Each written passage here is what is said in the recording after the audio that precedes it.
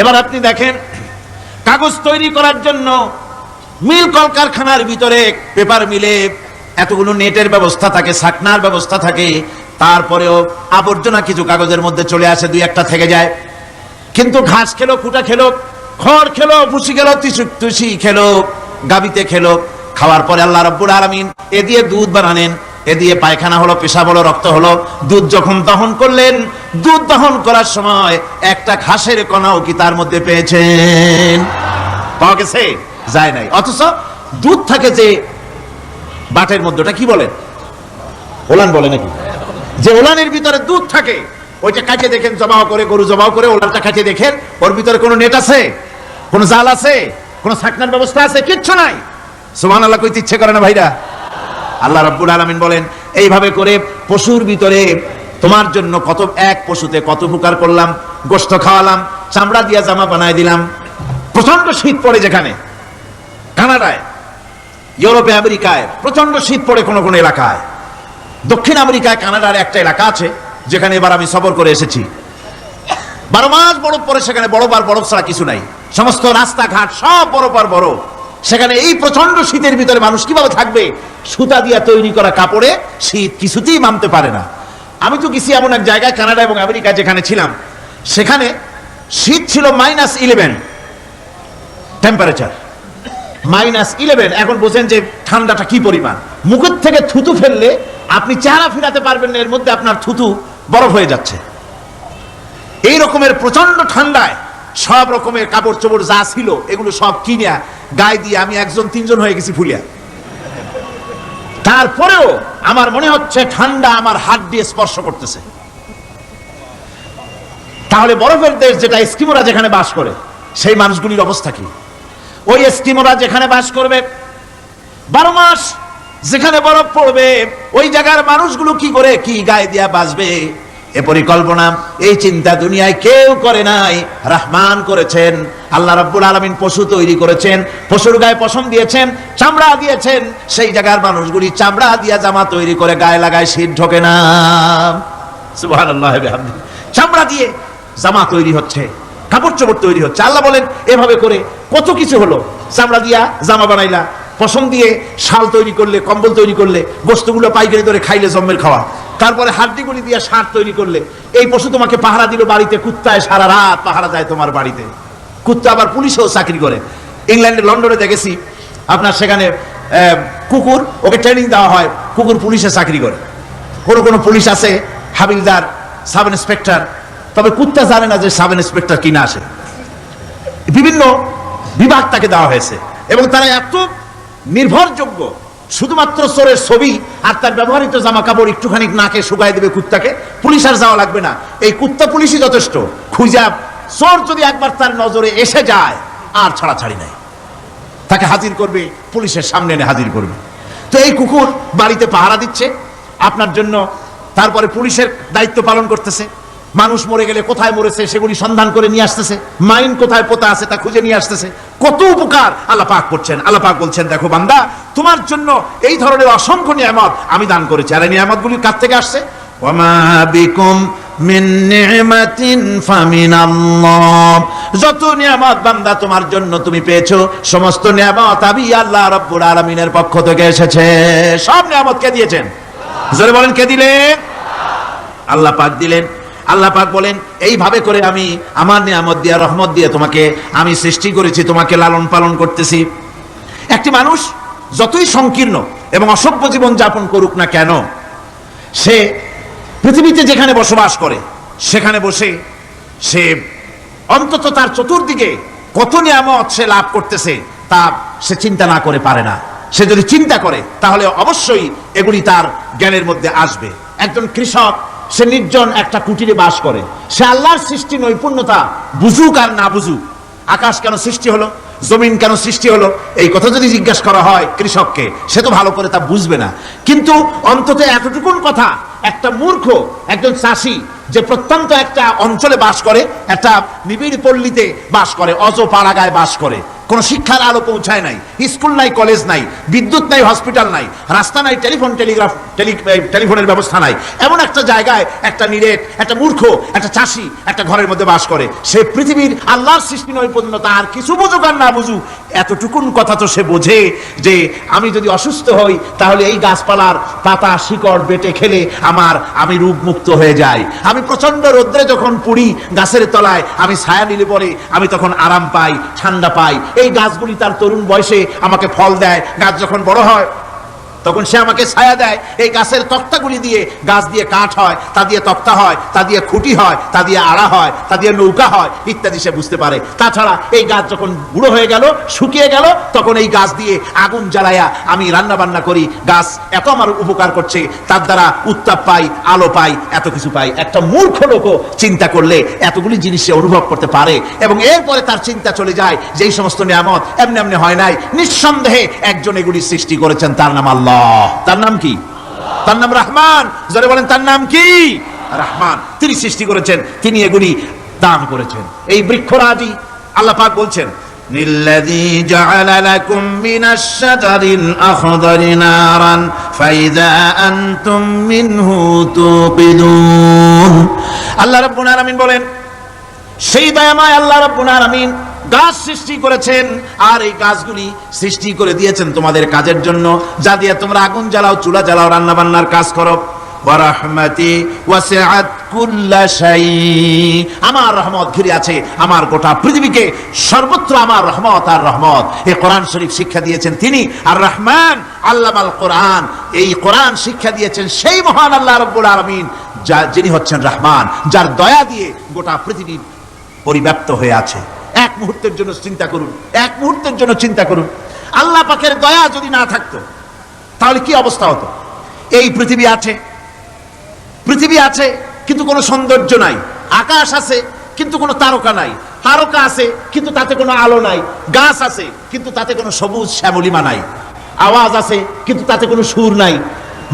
মানুষ আছে কিন্তু তার দেহের মধ্যে কোনো ঐক্য নাই। এই জাতীয় একটা পৃথিবীর চিন্তা মানুষ করতে পারে না। এটা একটা কবরস্থানের মতো অবস্থা হয়ে যাবে। আল্লাহ পাক বলছেন, দেখো আকাশ বানাইছি, আবার সেই আকাশ দেখতে যেন সুন্দর হয় সেজন্য তারকা প্রদীপ দিয়ে আকাশকে সাজাইছি। যেরকম সুবহানাল্লাহ। আল্লাহ রাব্বুল আলামিন বলেন, ওয়ালাকাদ যায়্যানাস সামাআদ দুনিয়া বিমাসাবিহ। আল্লাহ পাক বলেন, এই দুনিয়ার আকাশ খানিকে তারকা প্রদীপ দিয়া সাজায় রেখেছি মনের মতন। দেখো তুমি তাকাইয়া, কি সুন্দর করে নয়নবিরাম দৃশ্য আকাশ বানালাম, চতুর্দিকে তারকা রাত্রে ফুটে উঠলো, যা দেখলে মানুষের নজর, মানুষের সুন্দর, তার চক্ষু শীতল হয়ে যায়। জোরে বলেন সুবহানাল্লাহ। সুন্দর করে এই আকাশটাকে আমি সাজিয়েছি। তারপরে আল্লাযী খালাকা সাবআ সামাওয়াতিন তিবাকা মা তারা মিন খালকির রহমানি মিন তাফাবুত।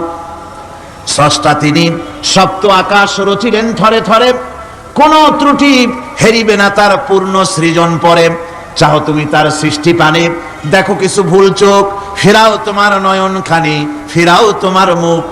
অক্ষমহীন দৃষ্টি তোমার সৃষ্টিতে পাবে ফাঁকি, ফিরাও তোমার নয়ন খানি, ফিরাও কাঙ্গালাখি। আল্লাহ পাক বলেন, আমার আকাশের দিকে তাকাও, বারবার তাকাও, সূর্যের দিকে তাকাও, চন্দ্রের দিকে তাকাও, গাছপালার দিকে তাকাও, তাকায় দেখো কোনো ভুল আছে নাকি, ভালো করে দেখো কোনো ভুল আছে নাকি। আল্লাহ পাক বলেন, আবার তাকাও। দেখতে দেখতে তোমার চক্ষু দুর্বল হয়ে তোমার কাছেই ফিরে আসবে। আমার সৃষ্টি নৈপুণ্যতার ভিতরে কোনো ভুল পাবে না। সুবহানাল্লাহ। একজন দরবেশ সাহেব, তিনি একবার এই সূরার পড়তেছিলেন, মুখস্থ তেলাওয়াত করতেছিলেন, একটা গাছের তলায় বসে, একটা বট গাছের তলায় বসে এটা তেলাওয়াত করতেছিলেন।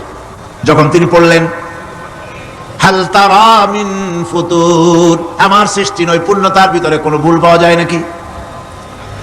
দরবেশ সাহেব চিত হয়ে শুয়ে শুয়ে তেলাওয়াত করতেছেন আর বলছেন, আল্লাহ রাব্বুল আলামিন, তোমার সৃষ্টি নৈপুণ্যতার ভিতরে কোনো ভুল ধরার ক্ষমতা তো কোনো মানুষের নাই। তবে একটা জিনিস আমার নজরে পড়লো, এই যে বিরাট বট গাছটা, পৃথিবীতে যত গাছ আছে যেমন গাছ তেমন ফল, তাল গাছটা যেমন ফলও তেমন, নারকেল গাছটা যেমন ফলটাও তেমন, কিন্তু এত বড় বিশাল বট গাছ ফল হতেছে ছোট ছোট ট্যাবলেটের মতো। গাছটা যেমন ফলটা তেমন হয় নাই। আল্লাহ এটা ভুল না, তুমি বলেছো যে দেখো কোনো ভুল টুল আছে নাকি, তো ভুল তো না, আমার চোখে এটা লাগলো, যেমন গাছ তেমন ফল হয় না। দরবেশ সাহেব চিত হয়ে শুয়ে শুয়ে তেলাওয়াত করছেন, মনের মধ্যে এই চিন্তা আসলো, গাছটা যেমন তেমন ফলটা হলো না। দরবেশ সাহেব বলেন এই চিন্তা করতেছি, হঠাৎ করে একটা দমকা হাওয়া বয়ে গেল, ডালে ডালে বাড়ি লেগে গেল, একটা আদা পাকা বটের ফল অনেক উপর থেকে বৃন্তচ্যুত হয়ে চট করে এসে আমার নাকের উপরে ফট করে পড়লো। নাকের উপরে এমন ভাবে পড়ছে নাকটা জ্বলে উঠছে। আমি সেজদায় পড়ে গেলাম। দরবেশ সাহেব বলেন আমি সেজদায় পড়ে গেলাম, চোখের পানি ফেলে আল্লাহর দরবারে মাপ চাইলাম, বললাম রব্বুল আলামিন তোমার কোন জিনিসের ভিতরে কোনো খুঁত নাই, নিখুঁত জিনিস তুমি বানাইছো, কোনো ভুল নাই। আমি চিন্তা করেছিলাম নারকেল গাছ যেমন তার ফল তেমন, তাল গাছ যেমন তার ফল তেমন, বট গাছটা যেমন তেমন ফল। আমার আন্দাজ মতো, আমার চিন্তা মতো যত বড় বট গাছ অত বড় ফলটা যদি হতো, বটের ফলটা যে পজিশন নিয়ে আমার নাকে পড়েছিল, গাছ যেমন ফল তেমন হলো, নাকও যেত আমার মাথাও যেত। আল্লাহ রাব্বুল আলামিন বলেন দেখো বান্দা, আমার সৃষ্টি নৈপুণ্যতার মধ্যে কোনো ভুল পাবে না। সুবহানাল্লাহ ওয়া বিহামদিহি, কোনো ভুল নাই, বারবার তাকাও, কোনো ভুল পাবে না। আল্লাহ সুবহানাহু ওয়া তাআলা সুন্দর করে বানিয়েছেন, যা দেখবেন শুধু সুন্দর আর সুন্দর। সুবহানাল্লাহ বলে, শুধুই সুন্দর। ফুলের সৌন্দর্য দেখেন, গাছের সৌন্দর্য দেখেন, জমিনের সৌন্দর্য দেখেন, পাখির সৌন্দর্য দেখেন। আল্লাহ পাক যা বানালেন সবগুলিকে আল্লাহ পাক সুন্দর করে করে সৃষ্টি করেছেন, সব গুছিয়ে গুছিয়ে সুন্দর করে করে বানিয়েছেন, অসুন্দর করে কিছু বানান নাই।